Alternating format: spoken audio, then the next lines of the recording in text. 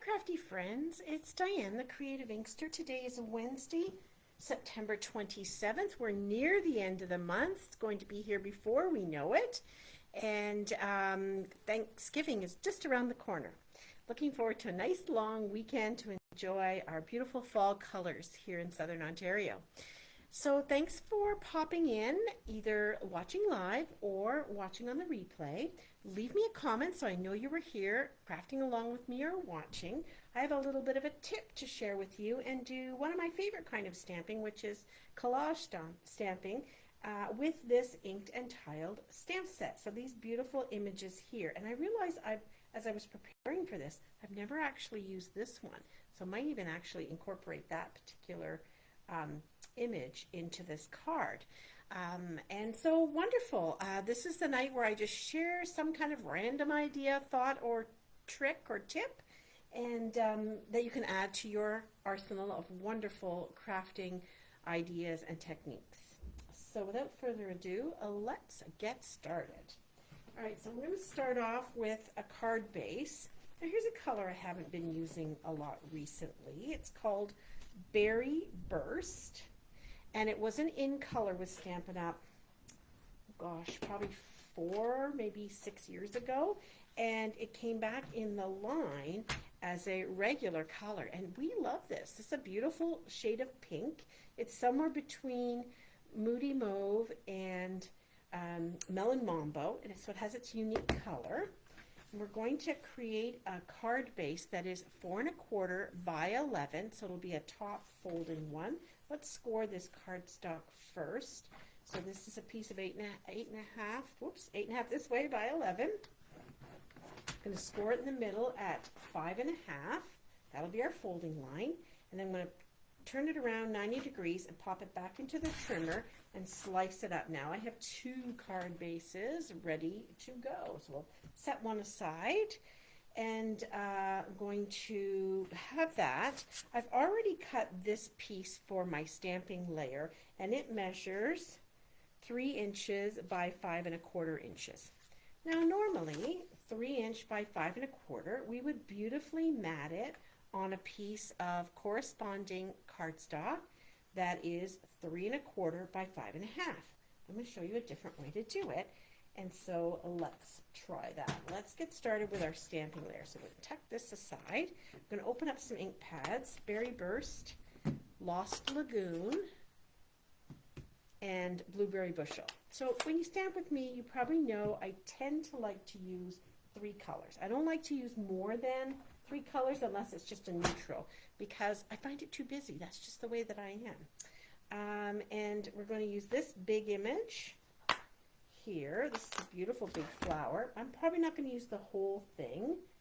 I'm going to put it on my long block here. This is block I. Oops.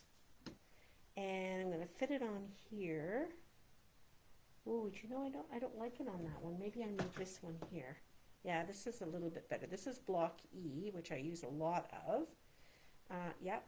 And even if I put it a little bit on an angle, then I'm going to get it fully covered on the block. And I'm going to use this large leaf, which I'm going to probably fit. Do I need another E? I do need another block E. That's good. I've got another one right here. There we go. And then our smaller images are these. And so actually it's good that it's hard for me to lift this out, because I want to share this little tip with you. This is our cling stamp. They say up the top here whether they're cling, photopolymer, or the old clear mount. And this cling is super sticky to stick inside your case. So you want to be careful picking it up, because you don't want to tear the red rubber away from the foam. So you just want to get your thumb underneath. That's one way to do it. Or you can grab a tool and just carefully get something underneath. I do know people who put a little wee bit of washi tape or something underneath to help pick it up easier. I'm just careful. I just want to take good care of my stamps. And then we're going to take this image over here and go with that one. So we've got 4 images, and then I'm going to have a greeting. Just realized I don't have my adhesives close at hand. So one sec while I grab that. Ah, stang! Oh dear. That was unfortunately a punch that went flying. Okay. So here is my 3" by 5 1/4" layer. And we're going to do a little stamping off because these colors are beautiful and bright and bold, and so we want to get them to their best sort of coloring for us.